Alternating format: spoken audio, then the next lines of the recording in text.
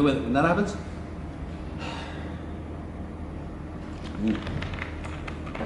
All right. Ready? Steady Eddie, let's go. Hey guys, Jake and Adam here from Walk the Talk Legacy. Welcome to 10.0 weekly wrap. Weekly wrap 10, Yeah. So that means 2.5 months in a row. We've stuck at it. We're still here. Yep. We're going, and I think we've covered quite a vast range of topics, and not only that, I think we just feel a bit more us in front of the camera as well. No, it's really good. It's good to sit back and see how each week went. I think it's definitely kept me on track, that's for sure. Absolutely. The accountability side for us, I think this is our sort of weekly check-in. Yeah. And we can't hide behind the camera as such. That's it. So today's topics, I'm going to go over the plateau that I'm currently facing and what we're going to do to sort of get past that, and what we'll use that with our clients as well. Yep. See how that goes. Adam's going to go over semi-state cardio versus HIIT and fat regain post-comp. Post-diet, yeah. Post-diet. Diet, comp. Yeah. And then I'll talk about, I'll go how to audit your training and make sure that your intensity is where it should be, pretty much. So we'll start off with how your week went. Yeah, this week's, like, I had a little quad niggle. When was it? I was squatting a couple of weeks ago. It's still stuck around because I rushed it too quickly. And again, you learn from all your experiences. I was too keen to get back in. All the boys were squatting, and I hate missing out, and so does Jake. And I just had to get myself in there a little bit too early. And it just reminded me it was still there. It was nothing bad, but it sort of put me out for a while. But the first thing I did with it, and I've just been a little bit more patient as far as getting back into things. Even today I was supposed to train deads, but I decided against it, and it was the best thing out. But what actually helped me do was research other ways that I can still train intensely with obviously not putting as much load on the body, and that's some of you may or may not have seen in our videos is like BFR, or blood flow restriction training. And the science behind it is that especially when doing legs, I can wrap my knee wraps around close to my groin there and restrict the blood flow, and because of the enormous amount of blood flow through those body parts and it can't escape, science and research has basically put across saying it's the same type of trauma that goes on the body when under heavy load or intense volume. And I've done 3 or 4 sessions now with some isolated movements and just working around my injury. Well, not really my injury, my little niggle. And it has honestly been like the most painful mind, muscle, just mental barriers that I've got to push, because it is insane, like the level of pumps you get from BFR. So I take my little niggle as a great experience to be able to sort of think outside the square as far as what sort of training I was doing, and come back smarter once again and respecting the bar. But food-wise, again, what we normally do as well in our group pages, as far as our Walk the Talk communities, we get everyone to rate out of 10 their food and rate out of 10 their training, and I'd definitely say I'm about a 9.5 to 9.7 on the food. We're definitely talking about going and having a beer this afternoon, being a Friday. And training wise, hey, apart from this, I'd say about the same, about 9.7 out of 10. Everything's great. I've got 8 or 9 days before prep starts, so Nice. ready to rock and roll. Macros the same. I've held it probably for the last month. About 565 carbs, 100 fats, 280 protein, and feeling good, training hard, sleeping well. Everything's good. Nice. What about yourself, buddy? I just want to touch on BFR. Would you recommend that if you weren't injured, just as a technique? Or? Absolutely.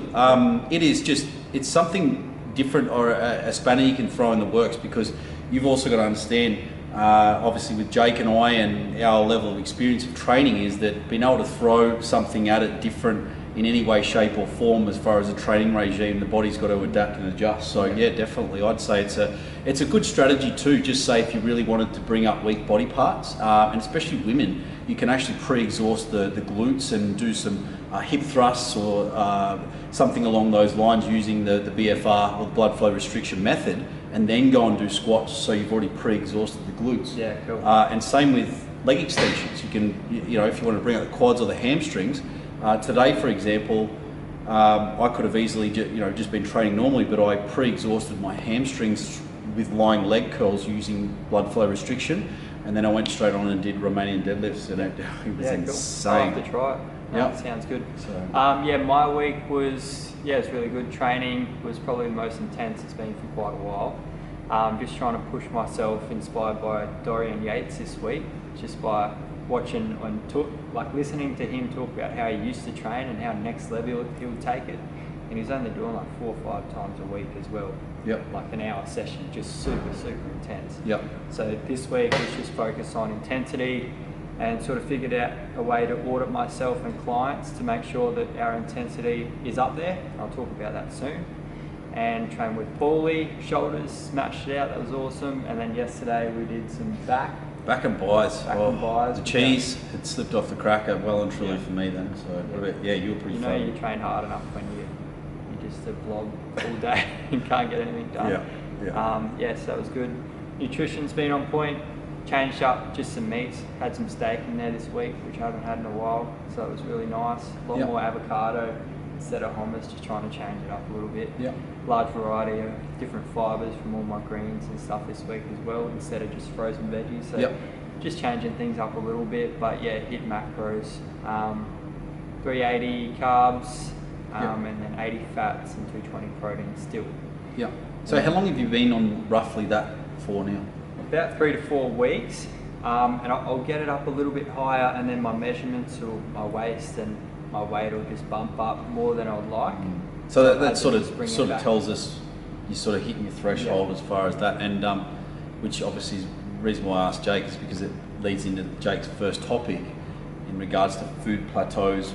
And again, like a lot of endomorphs really struggle to hit that certain point, especially being very carb sensitive as well.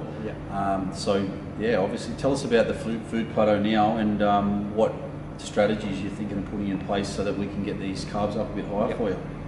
So we'll basically, I might start chucking in a couple of HIITs, so twice a week. Just HIITs will last 12 minutes. We've done a video up on that, how to do them properly. Just at the end of my workouts, definitely not leg day or deadlifts, but my easier days I'll chuck in 2. So that should just try and get the metabolism sort of fired up a little bit more, and hopefully I'll be able to get my food up a bit higher as well. Another thing I want to touch on, like Jake and I are always talking about each other's training and food, so that we can help each other out and sort of share some knowledge that we've been upskilling continuously over the weeks and days. And reason as well with Jake and his HIIT training is that, one, yes, HIIT training is so short and sharp and intense, and it definitely fires the metabolism up, but it also helps with insulin sensitivity to the muscles, so that it actually helps you drive carbs in your muscles rather than being more likely stored as body fat. So if you really want to sort of just up those the carb intake a little bit more without having any adverse effects on measurements, this is something that Jake's implementing now, so that he's going to do HIIT for 1 week while he's bumping his carbs up, but the next week he's going to take HIIT out and keep his carbs the same, so that it just gives a chance for the body to adjust. And like we were saying, the body's so good at adapting to things, so if you're constantly taking it in and out and you're not consistent with it, the body it's throwing the body out every single time as well.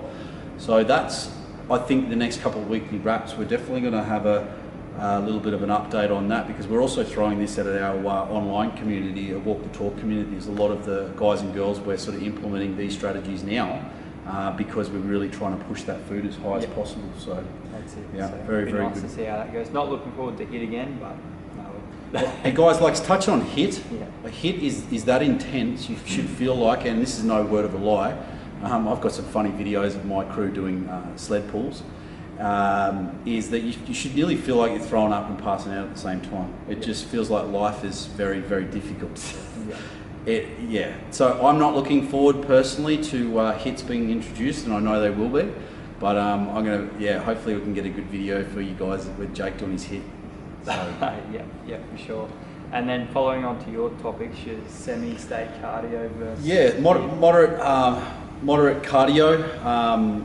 moderate intensity steady state cardio versus HIIT training. Now what I mean by that is, like, you know, if you're jumping on the treadmill 15-20 minutes and you're like 6.5, 7 out of 10, that's probably where best I can explain it. So you can still just hold a conversation maybe, but you know, it's reasonably intense in introducing something like that cardio wise as compared to HIIT.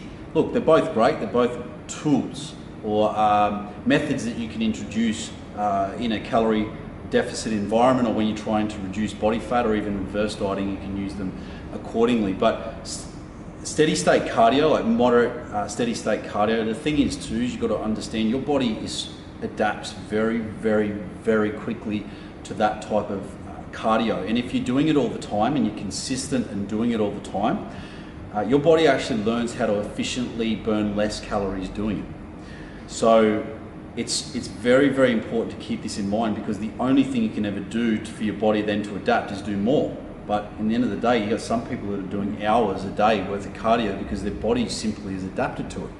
So it's a great tool you can use when things start to plateau as far as it. But like, honestly, if people want to use it as you know, go for a run and, you know, do it just because it's good for their ticker, etc., yeah, definitely, but don't overdo it. And then looking at HIIT training, high intensity interval training, it's short, it's sharp, it's intense, and normally it only goes for about 5 to 6 minutes in total. You won't burn as much fat and calories, etc., during that particular time, but what they call EPOC, or exercise post oxygen consumption, it's the trauma and the damage and everything that's happened to your body on a cellular level is absolutely insane. Yeah. It's incredible what happens. It basically upregulates your metabolism for you know, up to 2 days. Again, you know, there's the different studies on it, but basically your rev meter is up for quite a considerable time, and it is great for those people who don't want to do cardio after cardio. But it also, again, why Jake's doing it, it stimulates the metabolism, so to get you burning calories more effectively, and also the uptake of carbohydrates in your muscles more effectively. So it's definitely another great tool which you don't want to overdo, but it's something you can definitely implement when plateaus start to occur. And the other thing too is that a lot of people, when they've been dieting for such a long period of time and slowly start backing off their cardio, you find that a lot of them end up don't look so drawn, and they actually find their physiques get a lot better. Because if you do too much cardio for too long whilst in a calorie controlled or calorie deficit state, you've got to think this is all stress to the body, and your cortisol levels end up going a lot higher, which then has a disastrous effect if they get too high on hormones and your metabolism as well. So definitely strategies. It's something that Jake and I can definitely talk for hours about, as far as steady state cardio or moderately intense steady state cardio versus HIIT training versus low cardio methods like walking. So there's a huge debate about it. It all works. They're all great tools to use, but I wouldn't overdo it, because people think they have to do to burn. So it's definitely a strategy there. It's a big topic, but it's one that Jake and I have been really going down further and researching as well. So definitely both can be used together as well and as a tool, but it would all be depending on what sort of phase of training you're in at the moment, and that don't think you have to do it forever.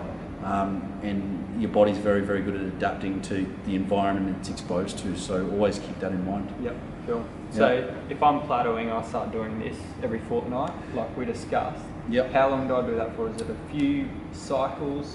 Yeah. Couple of months, and then you go off it? Yeah, it would depend. It's a great tool to use when people are reverse dieting, but it's also where Jake's at, and explained to you guys, he's sort of just at that buffer where his body's just not liking anything excess over and above, which these methods with HIIT training, every fortnight you take it out, and then the week after you put it in.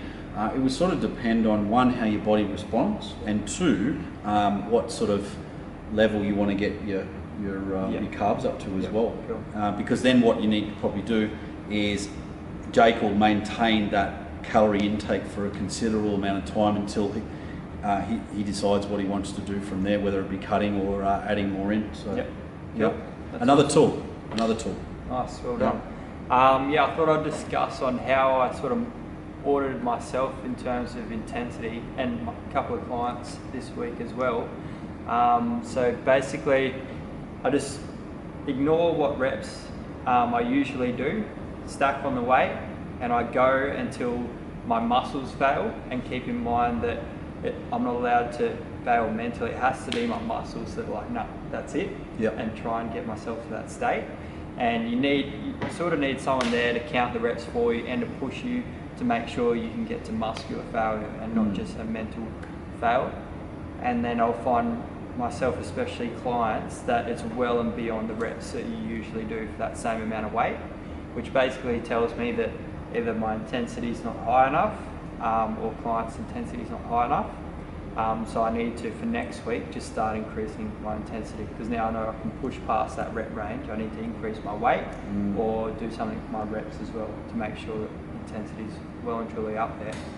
So examples with clients, we might be doing leg extensions, and I know what they usually do, 12 reps for 50 kilos, let's say, and I'll say go until failure, and they won't count reps or know what reps they're doing, and they'll be going, and then they'll stop. I'm like, are you done? No, they're not done. They'll keep going, and then I push them along. We might do 25 reps more than what we usually do. So that tells me that we haven't been pushing ourselves to our physical limits, maybe to our mental block that we put in ourselves. Getting 12 reps, going, oh, that was hard, but it's not really pushing our body to where it should be. So it was a really nice little auditing strategy that I used this week. And yeah, looking forward to, because my legs were sore from Monday till I can start to walk today, which is nice. But yeah, just took it next level. So that's really cool too, because time and time again each week we're talking about mental toughness and how important it is to sort of break that barrier, because this has got a certain limit as far as the majority of people, which prevents them, taking themselves to a next level muscular fatigue as well. So, I really think that's a cool auditing process that people can do. And yeah, because I've seen like a few people, and I'm not mentioning names or anything, but who do gym for years at a time and won't get anywhere. And I think it's because they put a mental block. Like their physical limits are up here, that's where they need to be making change, and they're putting a limit on how hard they're training, and then the results don't come. Obviously nutrition being a big part of that as well. Massively. I think the other thing too, and that's why Jake and I were so encouraging everyone out there as far as training partner or having someone for accountability that you go see, whether it be a coach or a trainer, because the level of mental capacity and physical limits that you end up pushing over, it is unlike anything, and it really teaches you a lot, especially when you're training by yourself, how much more go you've got left in you as well. And I do think, as far as a combination, like Jake said, as far as people's limiting beliefs as far as where their capabilities are, being able to push their body beyond the normal limits, I think that just sort of you hit the nail on the head. Is when you've got that rep range, or you sort of got that set limit in your head, that's sort of where you've programmed yourself to go. And it's just so normal for us now, being so uncomfortable. It's comfortable, if you know what I mean. And then we just, isn't it? How, time and time again we say, "Geez, man, training's tough," and then 6 months later we go, "Man, geez, man, it just gets." And I think it's our mental capabilities of being able to withstand that threshold as well. So, and I think that does definitely, like you said, it limits a lot of people's ability to really take an ordinary physique to extraordinary as well. But it is a combination of obviously everything together, consistently as well. And learning how to push yourself like that, though, you can use it outside of the gym. Absolutely. Whatever it is, work, whatever it is. So uni, so just pushing yourself, sort of thing. So yeah. I think the last thing, Jake and we've been pretty pumped talking about this as well, is that in our community, we're starting to grow quite a considerable community as far as walk the talk, and it's fun too, because there's just so many different types of scenarios of people that we're dealing with or have come across, whether it be the very beginners to the lean muscle gainers to the mum who needs to lose weight. and it's been really fun. We've learned a lot over time. We've learned a lot about people and the way we conduct things as well. But we're going to throw it out there that we're just getting in planning stages now in relation to our first official mentor intake, which will be based around being photo shoot ready. Yep. We've got a lot of great connections, thank God, within the health and fitness community that will be able to do filming and photography. And obviously, yeah, we're trying to really lock in a set date. It's around 20 plus, just a little bit over 20 weeks away. And we're going to talk more about this when it becomes concrete. And yeah, Jake and I were just pretty much fist pumping in the, just get real excited as far as what's to come, because I think it's a really cool goal for a lot of you. And don't think of just standing there photo shoot. It's more of a group community thing that we're going to do. So the day, just thoughts, getting in here, having like a group workout sort of thing, doing some photos as a group, individual photos, and then finishing off maybe at the table or something for dinner. Yep. Just something like that would be really cool. Just one big day, get everyone together. Yeah. And then go through the journey as a team as well, as a community, so everyone can bounce off each other and support each other. I think that's definitely what you need to get where you want to be. That's what we've had on our journey. So if we can create that environment for other people, I think it'd be unreal. Yeah, absolutely. So we'll definitely touch on that a bit further. A couple of housekeeping things, guys. Stay tuned as far as our YouTube. So search Walk the Talk Legacy. Obviously, if you're watching this video, you've found us, but make sure you click subscribe. And also on our Instagram, which is at Walk the Talk Legacy, all one word. We feature a lot of our workouts daily on there, so there's some really cool stuff as well. And obviously, if you want to reach out to us too, you can either send us a DM on there. We've always got our email address on the YouTube video links, and anything at all that we can answer, or any questions you've got. We're really going to start doing some Q&A and want to hear what you guys want to learn, or any other in particular topics you want us to cover as well, which we'll do in later shows. So sounds good. A lot of that stuff's live too on our Instagram, so there's no hiding if we fail and you see us and laugh at us. So the other thing too, I finally downloaded Spotify. It's the best thing ever, and I'm a bit formal today. I'm wearing thongs, so you've probably seen in a few of the other clips there's socks and thongs, socks. So I decided to change it up a bit today, guys. So there you go. Well done. Number 10, guys, it's 2.5 months straight we've been filming every week, and I'm just stoked to be able to do it with this legend beside me, and we love it. We're loving just reaching out there, getting across to a lot of people that are in need of help and education, and I'm really loving what we're doing, enjoying every bit of it, and learning so much along the way. So it's going great. Plans for this week? Plans for this week, I've got Eat Street down in Brisbane, so no doubt there'll be some cool food photos there. What about yourself? I was more thinking like, hey, you're going to go to the gym, you're going to try and improve this or that, I'm just thinking about food on the weekend at the moment. It's Mum and Dad's birthday. I've got them a cake, so... This is our chance to catch up to Adam. Yeah.